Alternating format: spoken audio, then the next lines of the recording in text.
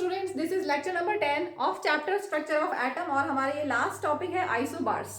तो आइसोबार ये जो वर्ड है that is a Greek word which means equally heavy. Equally heavy, इसमें से isos means equal and barys means heavy. ठीक है, तो अगर इक्वली हैवी है मीन्स जिनका एटॉमिक मास सेम है, ऐसे atoms of different elements which have same atomic mass but different atomic numbers are isobars. Example हम लेते हैं, potassium, calcium, argon, potassium, calcium. Argon, potassium, calcium ये तीनों आइसोबार्स हैं। आर्गन का एटॉमिक नंबर 18, पोटेशियम का 19 और कैल्शियम का 20 और सभी का एटॉमिक मास 40। ठीक है, तो ये आर्गन, पोटेशियम, कैल्शियम दो तीनों में क्या सेम है? सेम मास नंबर या atomic mass but different atomic numbers. So these are isobars. इनमें अगर हम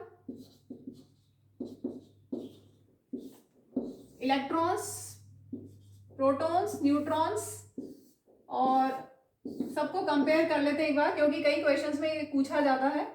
प्रोटॉन्स, इलेक्ट्रॉन्स, न्यूट्रॉन्स और ए एटॉमिक मास।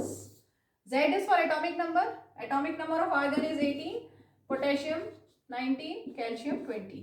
ठीक है, और मास नंबर अभी जस्ट हमने लिखा कि सबका सेम मास है, सबका सेम मास नंबर है या सबका सेम एटॉमिक मास है। atoms of different elements, अलग अलग एलिमेंट्स के atoms having same mass number but different atomic numbers are isobars। ठीक है, अब देखिए जिसमें जो Z होता है, Z means एटॉमिक नंबर।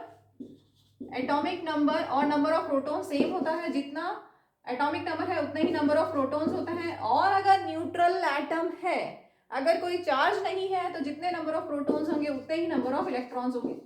ठीक है, और n कैसे कैलकुलेट करते हैं? a माइनस जेड करके।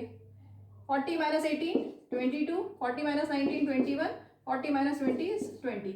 तो इस तरह से हमने पूरा कंप्लीट लिख लिया, number of electrons, protons, neutrons, z और e।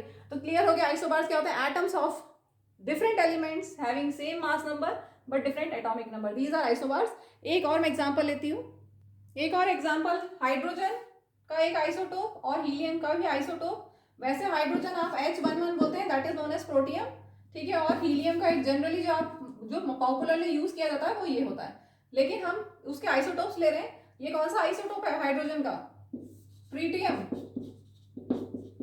ठीक है, ये आपने पढ़ा हुआ है पहले आइसोटोप्स टॉपिक में।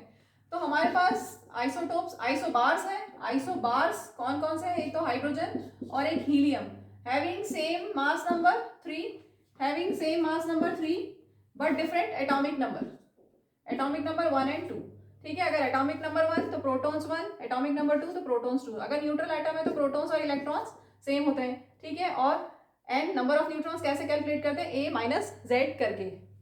a minus Z, 3 minus 1 is 2, 3 minus 2 is 1। ठीक है, तो ये क्लियर हो गया। आइसोबार्स क्या होते हैं? एटम्स ऑफ डिफरेंट एलिमेंट्स के atoms having same mass number but different atomic number, these are isobars.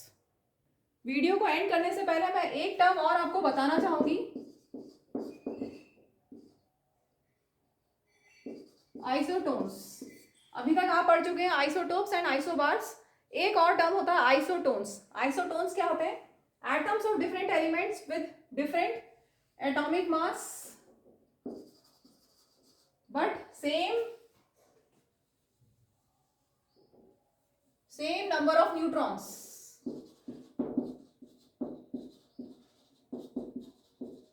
Atoms of different element, जैसे मैंने लिया एग्जांपल सिलिकॉन, फास्फोरस, सल्फर। तो एटम्स ऑफ डिफरेंट एलिमेंट्स जिनके मास नंबर आप देखेंगे तो डिफरेंट है, 30, 31, 32, लेकिन नंबर ऑफ न्यूट्रॉन्स अगर आप कैलकुलेट करेंगे तो सेम आएगा। ठीक है, इसको हम एक बार लिख लेते हैं, silicon, phosphorus, sulphur. Z protons, number of electrons, number of neutrons and A।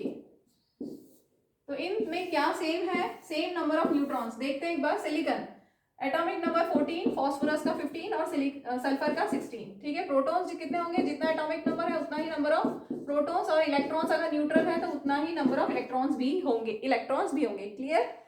जितना एटॉमिक नंबर उतना ही नंबर ऑफ प्रोटॉन्स, और अगर न्यूट्रल एटम है तो उतने ही नंबर ऑफ इलेक्ट्रॉन्स।